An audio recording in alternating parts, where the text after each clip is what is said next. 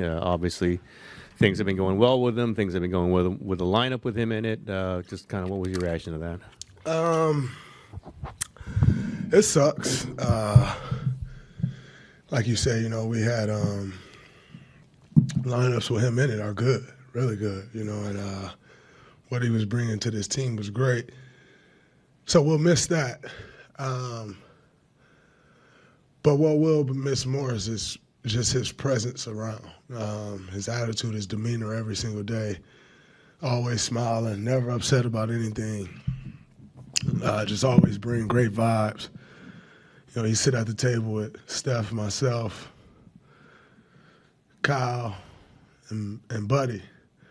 And we kind of have formed a good group at that table, and just the things that we talk about and share, you'll miss that more. Obviously, basketball is why we're here, but when you start to forge relationships with guys off the court, that always takes precedence. So we'll miss that more. Dinner table or? No, on the plane. Yeah.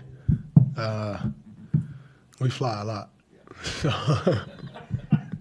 So, you just miss that presence more than anything, the conversations. But he's not dead, so I'm not going to sit here and act like he's dead. Wishing him well and, have a successful surgery.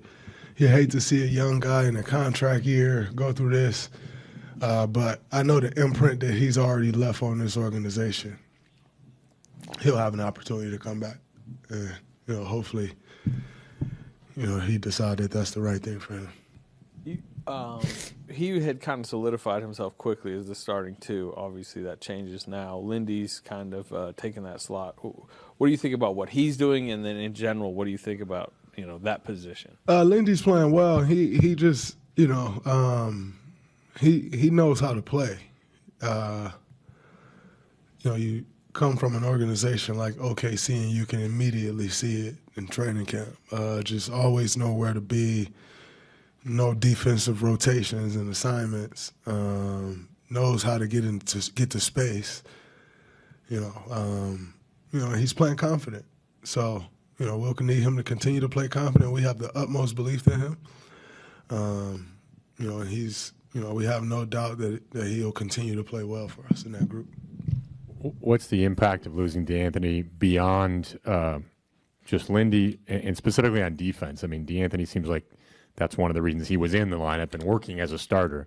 What do you need defensively from not just Lindy, but other wings, I guess? Well, Melt has solidified himself as that guy who was going to be on the primary ball handler at other team.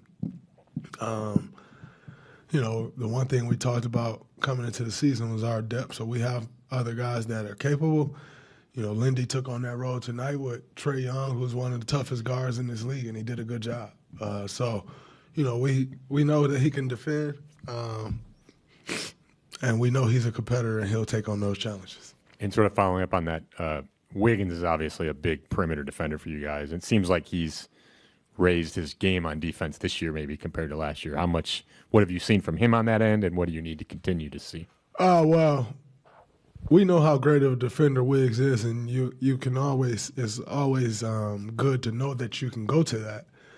But at the same time, he has to score more this year for us. And so those times where you can get him off the ball handler, and have somebody else guarding the ball handler, that helps. Tonight, 27 points.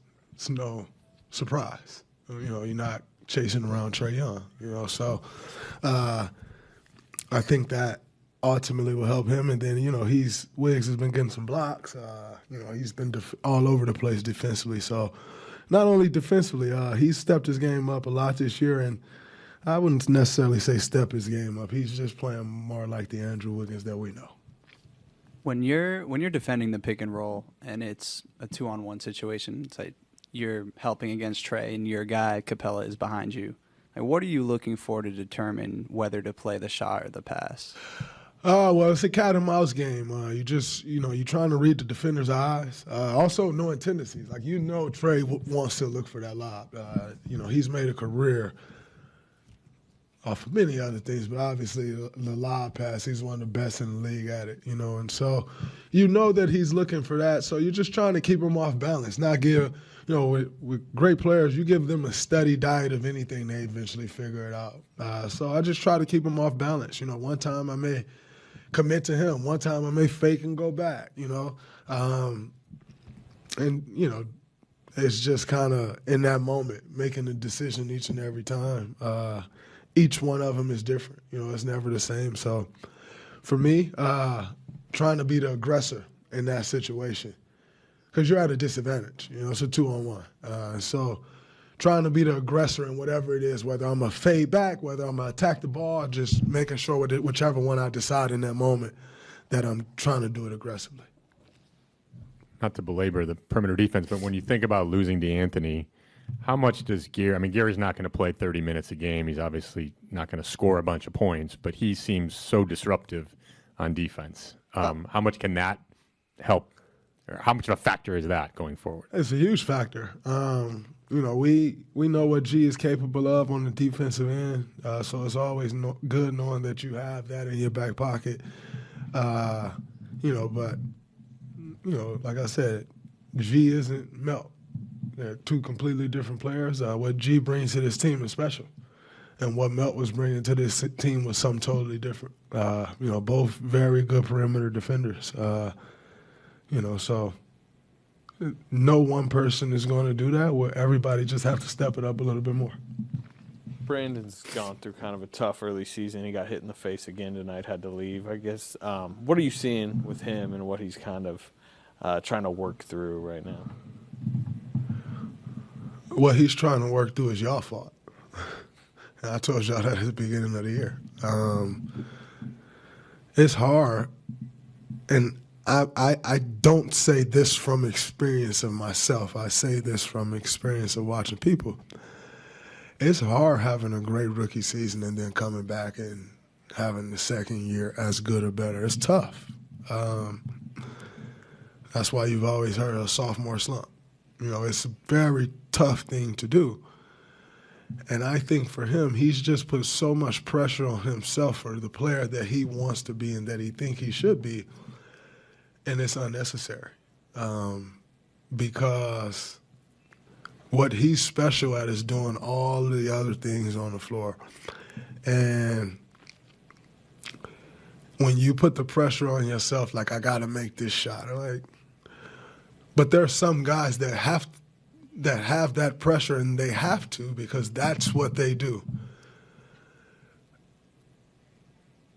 If you don't have to have that pressure, and I say that from experience, don't put that pressure on yourself because it's hard night in and night out to live based on whether you make shots or not. It's a tough thing to do. Only the greatest can do it. And I think he's capable of becoming a really, really, really good player in this league. But why put the added pressure on yourself? Why beat yourself up? We believe in him. The amount of pressure that he puts on himself with each shot is insane. And so I'm saying this also, so I hope he hear it. Me and Steph talk to him every day. Like, who cares? Miss 7 of them. No one cares but you. Like, you're the only person thinking about the shots you miss. No one else is thinking about it. But he kind of puts this pressure on himself of what he needs to be, and every shot means so much. Man, it's a soft Wednesday in November. That shot don't mean that much. But he carries that weight. And I think anyone who carries that amount of weight in anything, it affects you negatively. And I hate that for him, and so that's something that we've been trying to talk to him about. Like, stop reacting to everything that goes wrong for you. No one cares but you. Nobody else. You know why? Because what we care about is all of the other things that you do. So if you do all of those things well, and that can keep you on the floor, who cares about the shot? And I think he has to reach that point. But some of that is who you are as a person. And so you have to do that work as well. So we have the utmost belief in him, and he's been positively affecting his team. So I'm not saying he's in any way hurting us as a team. Like, we're a better team when he's on the floor. But he's got to stop putting the pressure on himself that he puts on himself each and every night. Just follow up to, have you seen him? Has he said that, oh my God, I'm letting you down when I miss? Have you heard him basically have that emotion? Yeah. And you almost want to tell him, shut up, man. Like, because again, none of us are thinking that way. Like, we just don't. When the pace that you bring to the floor, the crackbacks that you get, the steals that you're getting on the weak side rotation, the charges that you take, those are all great things. So if the one thing that you're struggling with is your shot, but you're doing 5 or 6 other things great, I think that will outweigh your shot. And he should appreciate that. Lean into that. If he leans into that, the shots will fall. But if he keep putting that amount of pressure on himself and thinking, oh, I'm letting you down, I used to think that way. Like, man, who cares? If I make it, great. If I miss it, oh, well, I'm going to shoot the next one. And it's hard to get there. Like, I've done a lot of work to try to get my mentality there. And he's young, so he'll learn that as he goes. But we have the utmost belief in him, and we need him to have that same belief in himself. Hi, Draymond. Steve has applauded the organization of how you guys are playing more organized basketball. To still, passing and moving the ball the way you have, but a couple of new coaches have brought some ideas that have led to the turnovers lowering. And what is your take on that? And what have those coaches, how have they impacted you, and maybe just some tweaks that they've contributed to that have led to good things taking care of the ball? Well, number one, they've brought new life. And that's always good. When you're in a situation like we're in, where we've been doing this for a long time now, anytime you get fresh energy and new life, it always helps. They bring a different perspective. I spoke about Stackhouse and the defense and the different rotations. That's not quite NBA standard. But the energy that he brings with it, it assures you and it reassures you and gives you the confidence that you need to go out and execute it. Stotts and some of the things that he's brought to the offense has been great, and he preaches them every single day. And so you start to buy into him. And I think they've done a great job of just the new things that they've brought. And it hasn't been like let's overhaul this whole system and do this. Like, no, it's work. But you can change some things and we can be better. And the things that we struggled at was a point of emphasis. And they've done a great job of that. And then Steve's been on me and Steph crazy about turnovers. He had a whole film session with me today. That's why I wanted to crush Buddy when he didn't trail in the right spot. And I got his turnover because Steve had a whole film session with me today about my turnovers. And it was great for me to see, because the one area that I've tried to cut the turnovers back is the risky full court stuff. And Steph and I have been talking a lot about that. And so for him to show me the half court stuff, and when I'm getting sped up, I felt one where I got sped up today and I almost turned it over, but I didn't. But then I felt 4 or 5 of them where he showed me the clips and the same thing happened and I was able to capitalize on it. So, he's been harping on that, and it's been really good, and I think guys are doing a good job of adjusting to it. It's the two of you today? Or was it a bigger? No, it was just me and him.